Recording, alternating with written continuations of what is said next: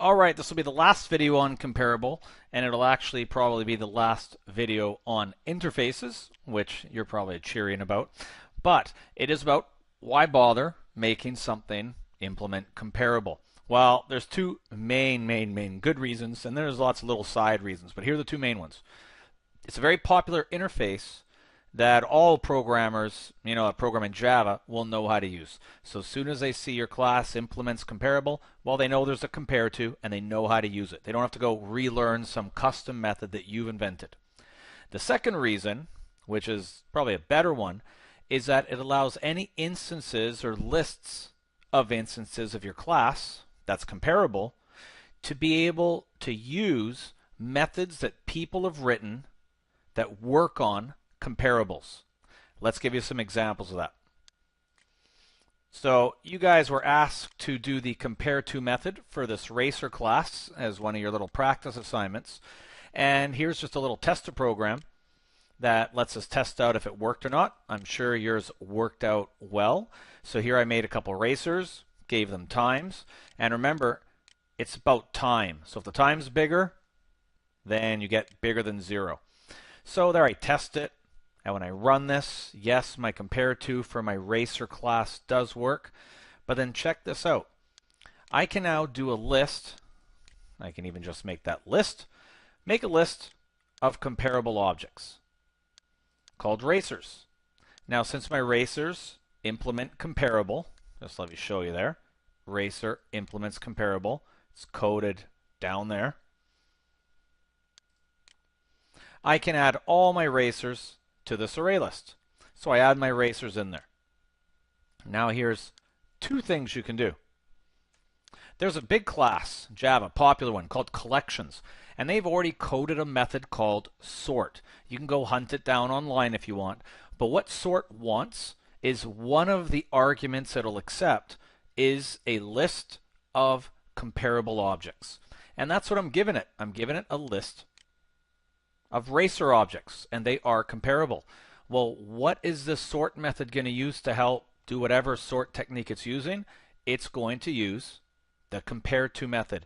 It knows everything in this list has compare to because it is a list of comparable. And to be comparable, you need compare to. And so this is nice. I don't have to go and code a sort routine for my racers. It's just done, and I can use the collections just like that. Just like there's a sort method, this kind of thing pops up in a lot of places. Comparable is popular. There's a lot of different methods you can use on lists of comparables.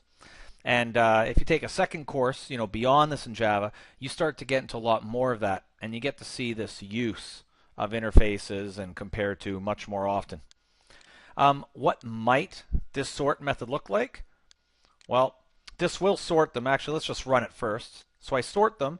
Then I go through the racers and see if they're all sorted out. So let's just give this a little run here, computer runner. And it's listing them there. Bob, Cindy, Dave, Adam. Bob, Cindy, Dave, Adam. And when I go up here, Bob, Cindy, Dave, Adam. It went from smallest to biggest. And that's what sort in the collections class did. Now, what might that have looked like? It might have looked like this one here that I just took a few minutes to write. I wrote a class called Bubble Comparables. I've written bubble sort, which you guys are masters of, and I made it a static method in this class so I can just pass my array list in. And let's see what that looks like. There's my Bubble Comparables class, and I wrote bubble sort. I take in a list of comparable.